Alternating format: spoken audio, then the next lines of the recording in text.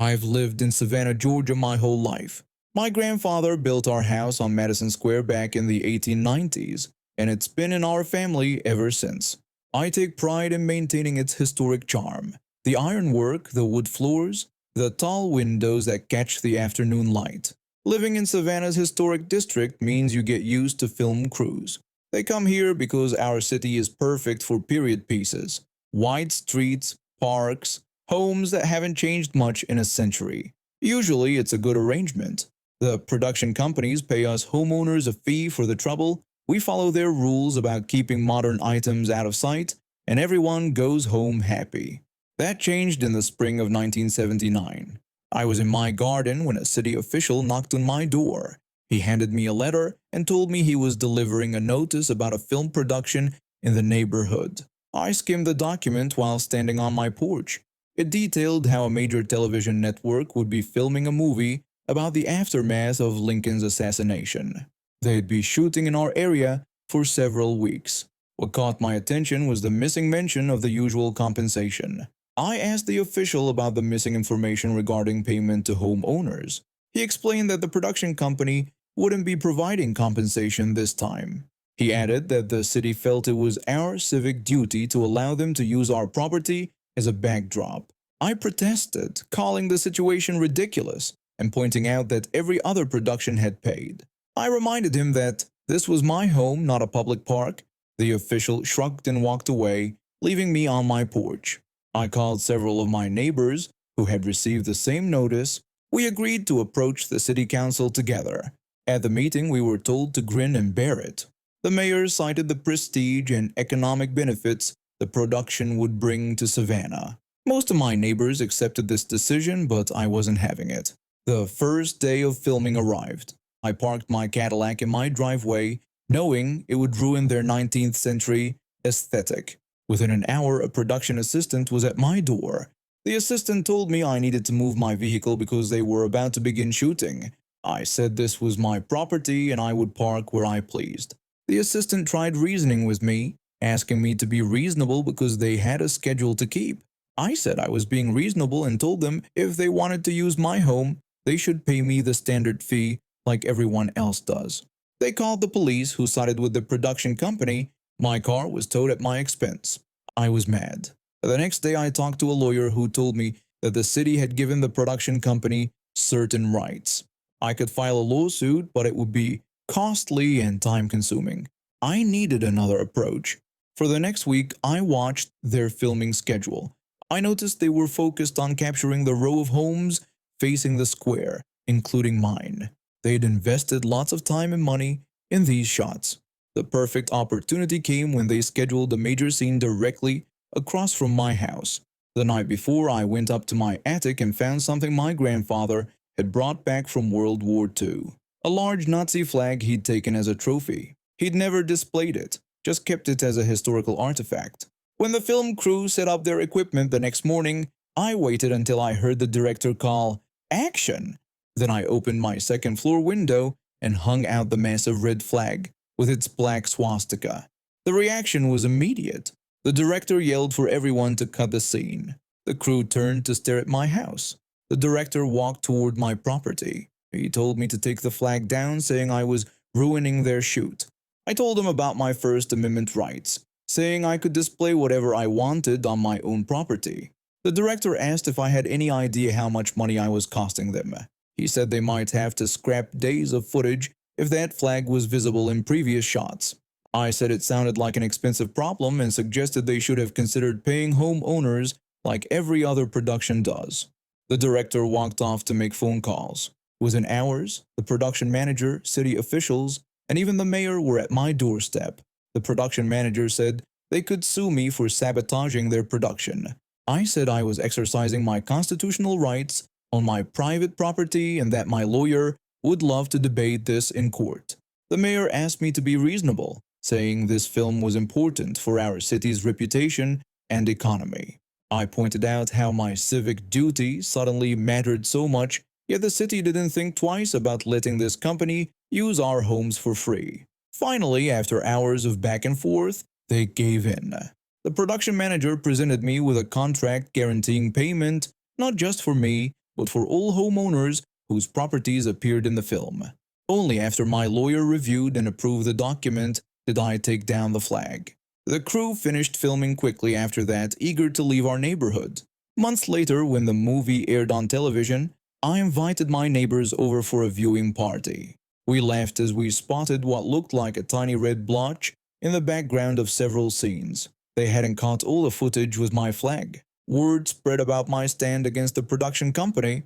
Other homeowners in historic districts across the South contacted me for advice when similar situations arose.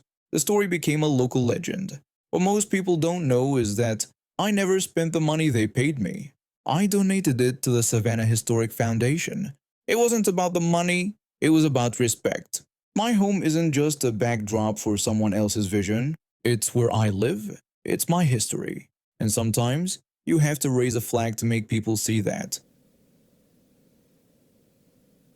Last spring, I finished my minor hockey career, which meant I had to enter men's league hockey. I played organized hockey since I was 5, working up through the ranks until I reached the highest level in my area.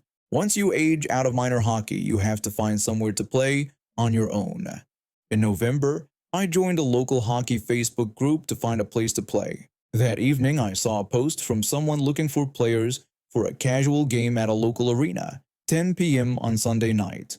It seemed good, late enough to finish my weekend homework for college and still get to the rink with plenty of time. I commented on the post and the guy messaged me saying there was a spot available. He told me the cost was $20, which seemed fair for ice time. I was in. Sunday night, I got to the rink 30 minutes early. The organizer met me in the lobby and told me I was on the white team and to go to locker room 3. I went to the locker room and found several guys getting dressed, all wearing different jerseys. Nobody knew each other, just random hockey players looking for ice time. We talked as we got ready. One teammate asked if it was my first time playing here.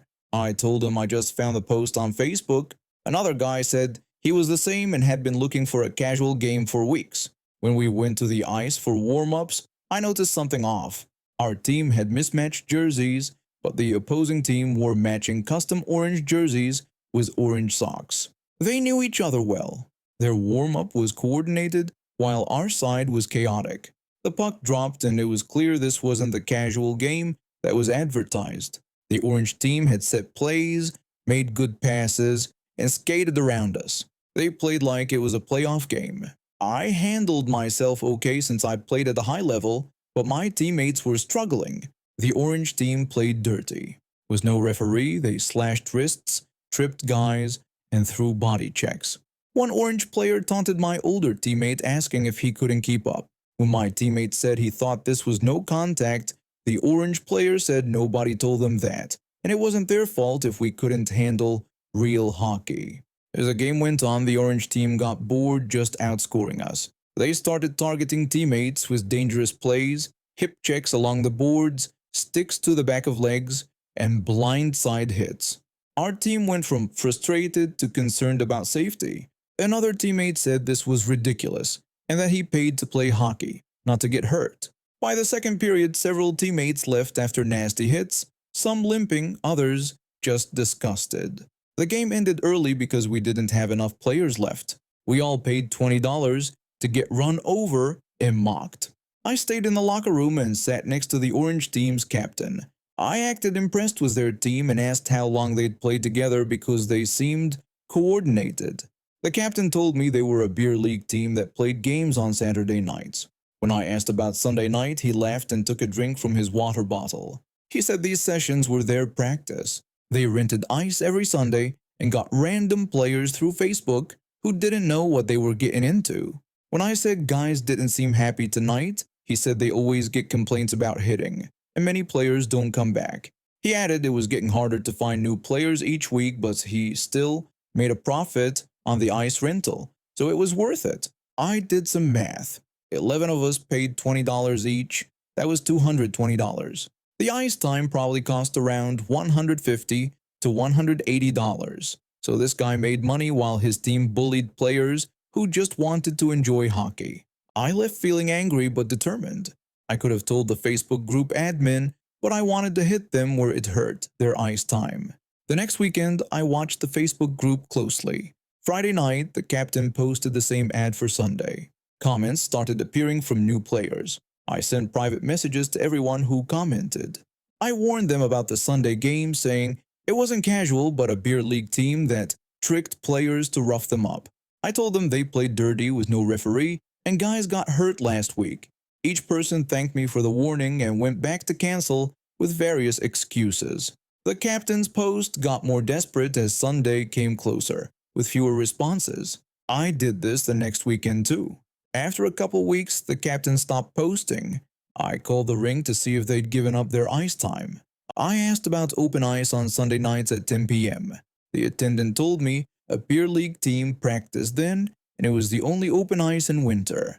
Learn to skate was on weekend mornings, minor hockey in afternoons and evenings, junior games at night, beer league on late Saturday, and this team on Sunday night. Nobody else wanted that time. That gave me an idea. If Sunday at 10 p.m. was their only practice time, what if I took it? I learned the captain booked sessions on Friday nights. Thursday evening I called the rink. I told them I wanted to book ice for Sunday nights at 10 p.m. for the next month for an adult learn to skate program. I used a fake name and company. The attendant said the time was usually booked by a regular team but they hadn't confirmed yet, so it was available. I took the slot for 4 weeks. The attendant said I could pay when I arrived Sunday. Now I controlled their ice time, but I didn't want to pay, so every Sunday morning I'd call the rink. I would cancel the learn to skate session, saying we didn't have enough participants. The rink would make it an open skating session for the public. This was too late for the captain to book, but the rink wouldn't lose money because families would pay to skate. I did this for a month, blocking the team from their Sunday slot. Finally, I called the rink one last time. I said my learn to skate company failed, so I wouldn't need Sunday nights anymore. The whole thing lasted about 2 months, November to January. I never heard from the captain or his team again. He stopped posting in the Facebook group.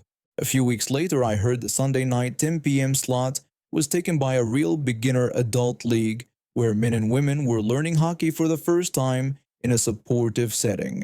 This is what that ice time should be for. I found a new place to play with good guys. We play Saturday nights from 10 p.m. to midnight at a different rink. We're all good players, but we're there to have fun. If you're learning to play because I stole ice time from an entitled beer league team, you're welcome. Hockey is for everyone, not just jerks who use random players as practice dummies. I was at a gas station pumping gas into my sedan on a Tuesday afternoon. The station wasn't particularly busy, just your typical place with 3 or 4 islands of pumps. The 2 outside islands had diesel fuel, which is pretty standard for these places. One of these outside islands was blocked off with orange traffic cones and yellow caution tape. 2 utility workers were up in their bucket trucks, working on the wiring for the overhead lights. Everything was done by the book. Proper barriers, clear markings, the whole safety setup. I was halfway through filling my tank when this massive pickup truck came roaring into the station. The driver circled around once, then twice, getting agitated behind the wheel when he realized he couldn't access the blocked-off diesel pump. Then something strange happened. Instead of going to the other available diesel island, this guy double-parked his truck right in the middle of the lot. He got out, walked straight to the caution tape, and ripped it down with his hands. The tape fell to the ground as everyone around stared. The utility workers noticed, but they were still up in their buckets, so they couldn't do anything right away. Meanwhile, this guy was trying to parallel park his massive truck between the 2 bucket trucks. The blocked pumps were completely inaccessible, and even if he could reach them, the fuel cap on his truck was on the opposite side. During his parking attempt, he hit one of the bucket trucks with a loud bang. The impact was hard enough to shake the whole truck.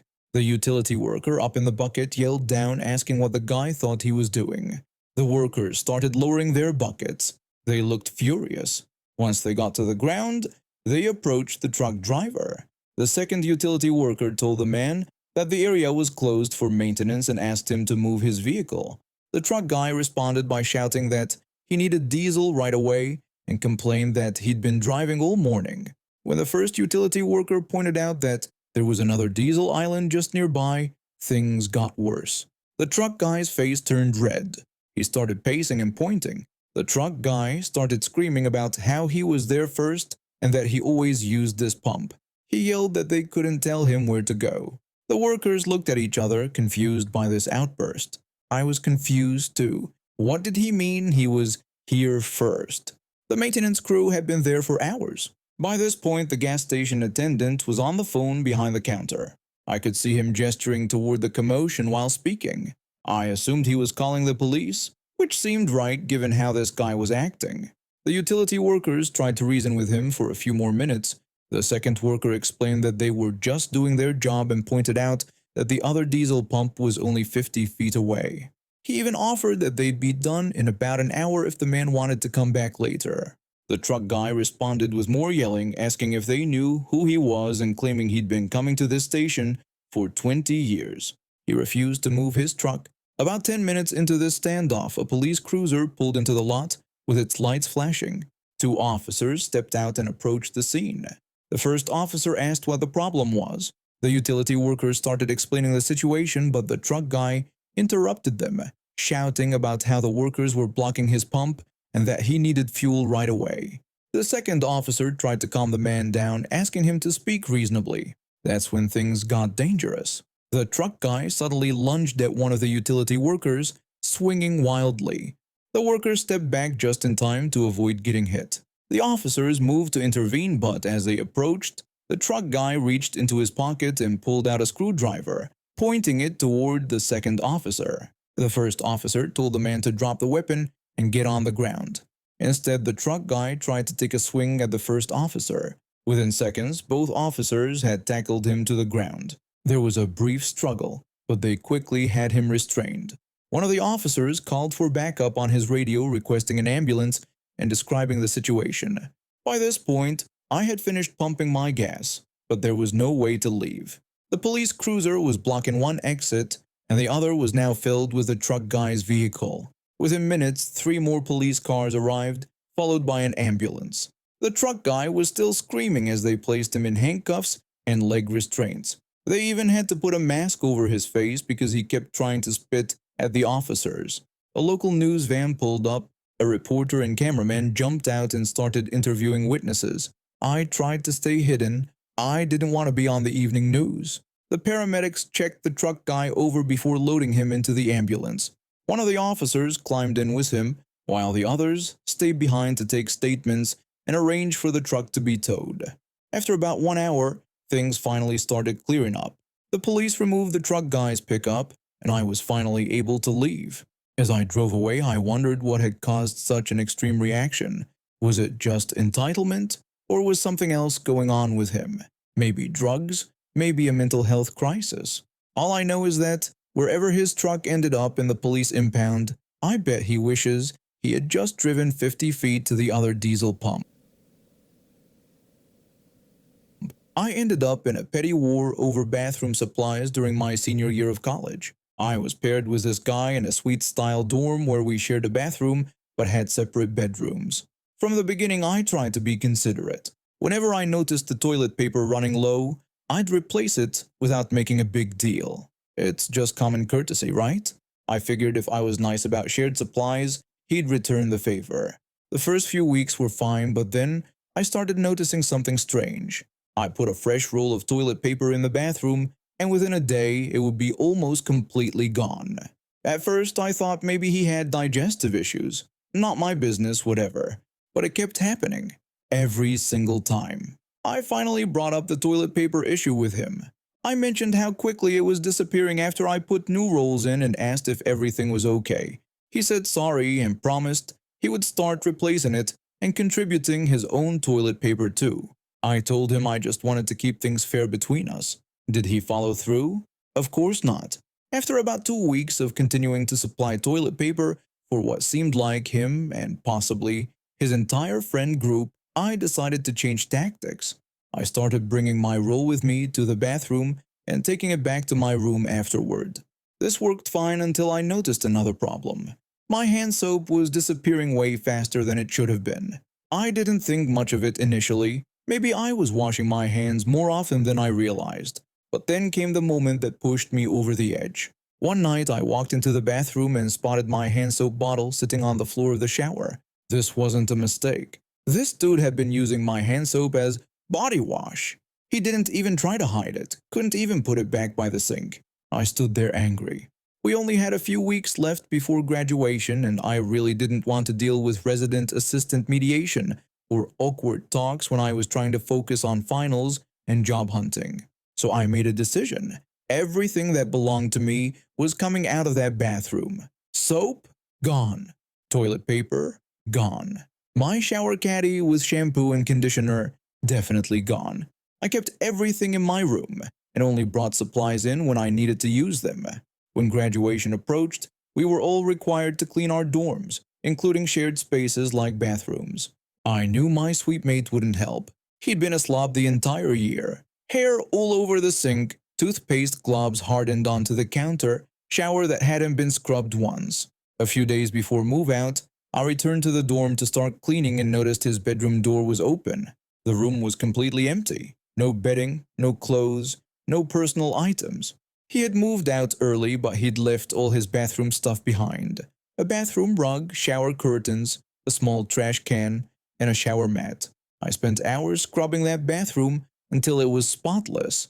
The toilet, the shower, the sink, everything was cleaner than when we moved in. When I finished, I looked at all his abandoned bathroom items.